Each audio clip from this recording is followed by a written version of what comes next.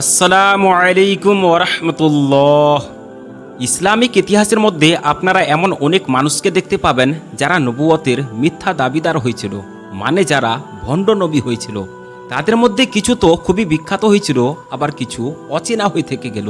কিন্তু নবী করিম সাল্লাল্লাহু তাআলা আলাইহি ওয়াসাল্লামকে আল্লাহ তাবারাক ওয়া তাআলা আগেই ওহীর মাধ্যমে জানিয়ে দিয়েছিলেন যে আপনার উম্মতের মধ্যে কিছু ভণ্ড নবীর জন্ম হবে। সেই জন্য আপনি সাল্লাল্লাহু তাআলা আলাইহি ওয়াসাল্লাম আগে থেকেই উম্মতকে সতর্ক করে দিয়েছিলেন যে নিশ্চয়ই আপনার উম্মতের মধ্যে ৩০ জন কাজ্জাব মিথ্যুক জন্ম নেবে, মানে ৩০ জন ভণ্ড নবী জন্ম নেবে। তাদের মধ্যে প্রত্যেকেই নিজেকে নবী বলে দাবি করবে, অথচ আমি শেষ নবী, আমার পরে আর কোনো নবী এই পৃথিবীতে আসবে না। এছাড়া পবিত্র কুরআনুল কারীমের সূরা আহজাবে আল্লাহ তাবারাক ওয়া তাআলা স্পষ্টভাবে বলে দিয়েছেন যে মুহাম্মদ সাল্লাল্লাহু তাআলা আলাইহি ওয়াসাল্লাম তোমাদের কোনো পুরুষের পিতা নন, বরং তিনি আল্লাহ তাবারাক ওয়া তাআলার রাসূল এবং শেষ নবী। এই আয়াতে আল্লাহ তাবারাক ওয়া তাআলা নবী করিম সাল্লাল্লাহু তাআলা আলাইহি ওয়াসাল্লামকে খাতামুন নবিয়্যিন বলে এলান করেছেন যে আপনি সাল্লাল্লাহু তাআলা আলাইহি ওয়াসাল্লাম আল্লাহ তাবারাক ওয়া তাআলার শেষ নবী। আর এখন কিয়ামত পর্যন্ত না তো কাউকে নবুয়ত দান করা হবে, আর না তো কাউকে মনসাবে রিসালাতের উপর বসানো হবে। কিন্তু এরপরও তারিখের মধ্যে এমন কিছু মানুষ এসেছে যারা না তো শুধুমাত্র আল্লাহ তাবারাক ওয়া তাআলার এই আয়াতকে অস্বীকার করেছে, বরং তারা মিথ্যা নবুয়তের দাবিদারও হয়েছে। এরই জন্য আজকের এই বিশেষ ভিডিওতে আমরা আপনাদেরকে ৫ জন ভণ্ড নবীর সম্বন্ধে জানাবো। তাই আপনাদের কাছে অনুরোধ, আজকের এই ভিডিওটিকে শেষ পর্যন্ত অবশ্যই দেখবেন। নম্বর ১, আসওয়াদ আনসি। আসওয়াদ আনসির আসল নাম ছিল ইলা। আপনাদেরকে জানিয়ে রাখি যে আসওয়াদ আনসি একজন পুরোহিত ব্যক্তি ছিল। সে জিনদের মাধ্যমে মানুষদেরকে গায়েবের খবর জানিয়ে দিত। আসওয়াদ আনসি নিজের মিষ্টি ভাষা এবং কাহানাতের উপর ভিত্তি করে অনেক দুর্বল ইমানদার মুসলিম ব্যক্তিদেরকে নিজের জালে ফাঁসিয়ে নিজের অনুসরণকারী বানিয়ে নিয়েছিল। আর তারপর নবী করিম সাল্লাল্লাহু তাআলা আলাইহি ওয়াসাল্লামের ইন্তেকালের ঠিক কিছুদিন আগে সে নবুয়তের দাবিদারও হয়েছিল। সে বলে থাকতো যে আমার কাছে আল্লাহ তাবারাক ওয়া তাআলার পক্ষ থেকে ওহী নাযিল হয়। আপনাদেরকে জানিয়ে রাখি যে আসওয়াদ আনসি নিজের সাথে একটি গাধা রেখে থাকতো, আর সে গাধাকে সে এমনভাবে ট্রেনিং দিয়েছিল যে আসওয়াদ আনসি যখনই তাকে সাজদা করতে বলতো, তখন সেই গাধা আসওয়াদ আনসিকে সাজদা করতে শুরু করে দিত। এর ফলে অনেক মুসলমান এমন ছিল যাদের আকীদা মজবুত ছিল না, যাদের ঈমান মজবুত ছিল না, তারা এর উপর প্রভাবিত হয়ে আসওয়াদ আনসিকে নবী হিসেবে মানতে শুরু করে দিল। আসওয়াদ আনসির এই আচরণ দেখে একবার হযরত ফিরোজ দেলমি নিজের সাথীদেরকে সাথে নিয়ে আসওয়াদ আনসির বাড়িতে ঢুকে পড়েন, আর সেখানেই এই ভণ্ড নবীর কাম সমাপ্ত করে দেন, মানে তাকে হত্যা করে ফেলেন। আর বাইরে থেকে থাকা আসওয়াদ আনসির পেহরেদাররা যখন আসওয়াদ আনসির বিকট আওয়াজ শুনতে পেল, তখন তারা ভিতরে যেতে লাগলো। কিন্তু কোনো ব্যক্তি দূরত্বতা দেখিয়ে বলতে লাগলো, তুমি চুপ থাকো, কেননা তোমাদের নবীর উপর আল্লাহ তাবারাক ওয়া তাআলার পক্ষ থেকে ওহী অবতীর্ণ হচ্ছে। আর তারপর ফিরোজ দেলমি ও তার সাথীরা সেখান থেকে পালাতে সক্ষম হয়েছিলেন। তারপর খুবই তাড়াতাড়ি এই খবরটি মদিনায় পৌঁছে যায়, কিন্তু ততক্ষণে নবী করিম সাল্লাল্লাহু তাআলা আলাইহি ওয়াসাল্লাম ইন্তেকাল করে গেছিলেন। আর ইন্তেকালের এক রাত পূর্বে ওহীর মাধ্যমে নবী করিম সাল্লাল্লাহু তাআলা আলাইহি ওয়াসাল্লাম জানিয়ে দিয়েছিলেন যে আজ রাত আসওয়াদ আনসি মারা যাবে এবং একজন মর্দে মুজাহিদ তাকে জাহান্নামে পাঠাবে। মুসাইলামা কাজ্জাব। দ্বিতীয় নম্বরে রয়েছে মুসাইলামা কাজ্জাব। একটি রিওয়ায়াতের অনুযায়ী সে প্রথমে তো মুসলমান ছিল, কিন্তু পরবর্তীতে নজব দেশে গিয়ে সে মুরতাদ হয়ে গেছিল আর নবুয়তের দাবিদারও হয়ে গেছিল। আর এই শয়তান না তো শুধুমাত্র মদ ও জিনা ব্যভিচারকে বৈধ করেছিল, বরং তার সাথে সাথে সে নামাজ ফরজ হওয়াকেও অস্বীকার করে দিয়েছিল, আর সে তার অনুসারীদেরকে নামাজ পড়া থেকে নিষেধ করে থাকত। মুসাইলামা কাজ্জাব একেবারে খুবই জঘন্য ও মিথ্যুক ব্যক্তি ছিল।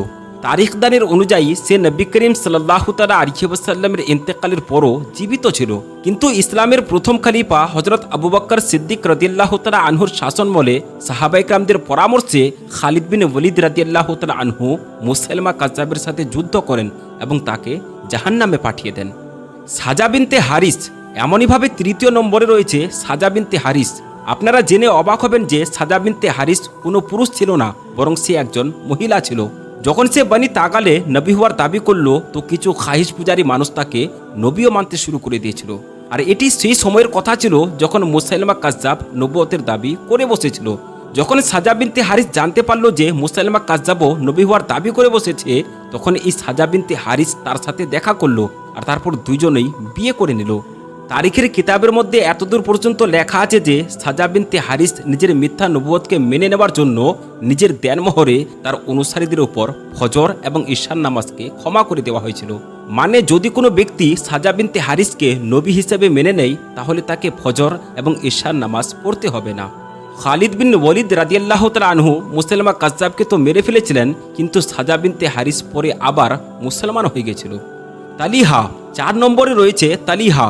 তালিহা সেই মিথ্যাবাদী নবী ছিল যে নবী করিম সাল্লাল্লাহু তাআলা আলাইহি ওয়াসাল্লামের শেষ জামানায় মুরতাদ হয়ে নবী হওয়ার এলান করে দিয়েছিল, আর অনেক মানুষ তার কথাকে মেনেও নিয়েছিল।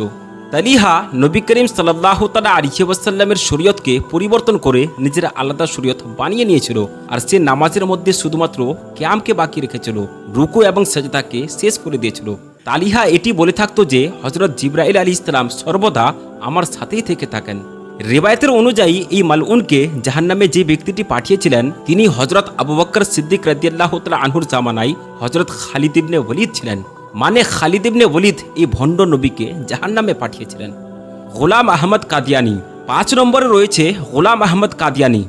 আপনাদেরকে জানিয়ে রাখি যে এই মালউন 1900 সালে ব্রিটিশদের ষড়যন্ত্র ও উদ্দেশ্য নিয়ে পাকিস্তানের একটি শহর কাদিয়ান পাঞ্জাবে ভণ্ড নবী হওয়ার দাবি করেছিল। আসলে সে একজন রং নম্বর আলিমে দিন ছিল।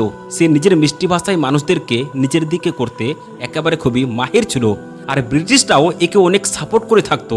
সেজন্য সে নিজের কাজের উপর খুবই তাড়াতাড়ি সফল হয়ে গিয়েছিল এবং তার সাথে খুবই বিখ্যাত হয়ে গেছিল, এবং মুসলমানদের একটি বড় জামাতও তার থেকে প্রভাবিত হয়ে গেছিল। আর এর সাথে সাথে সে 1882 খ্রিস্টাব্দে এটি দাবি করতে শুরু করে দিয়েছিল যে তার কাছে অনেক বেশি পরিমাণে ওহী নাযিল হয়, এবং 1888 খ্রিস্টাব্দে সে ইমাম মেহেদী হিসেবেও দাবি করেছিল। তারপর 23 মার্চ 1989 খ্রিস্টাব্দে লুধিয়ানার একটি শহরে প্রথম বায়াত নেওয়ার পর সে জামাতে আহমদিয়া, যাকে কাদিয়ানিও বলা হয়ে থাকে, তার প্রতিষ্ঠা রাখে। তারপর নিজেকে এত বিখ্যাত হয়ে দেখতে পেয়ে গোলাম আহমদ কাদিয়ানি 1901 সালে নবী হওয়ারও দাবি করে বসলো, আর বলতে লাগলো যে আমি শেষ নবী, নাউযুবিল্লাহ। তারপর 29 মার্চ 1908 সালে এই জঘন্য ব্যক্তিটির উপর আল্লাহ তাবারক ওয়া তাআলার আযাব নাযিল হলো, মানে হাইজার রোগে আক্রান্ত হলো, এবং লাহোর নিজের বাড়ির বাথরুমে এই মালউন ব্যক্তির মৃত্যু হয়েছিল। তো এরা ছিল সেই 5 জন ভণ্ড নবী। শেষ পর্যন্ত আল্লাহ তাবারক ওয়া তাআলার কাছে দোয়া করি যে আল্লাহ তাবারক ওয়া তাআলা যেন আমাদেরকে শেষ নবী সাল্লাল্লাহু তাআলা আলাইহি ওয়াসাল্লামের পতাকাকে উঁচু করে রাখার তৌফিক দান করেন। আমিন ইয়া রাব্বাল আলামিন। তো বন্ধুরা, আমরা আশা করছি যে আজকের এই ভিডিওটি আপনাদেরকে ভালো লেগেছে। যদি ভালো লেগে থাকে তাহলে একটি লাইক করবেন, এবং চ্যানেলে যদি আপনি নতুন হয়ে থাকেন তাহলে চ্যানেলটিকে সাবস্ক্রাইব করবেন। আসসালামু আলাইকুম ওয়া রাহমাতুল্লাহি ওয়া বারাকাতুহু।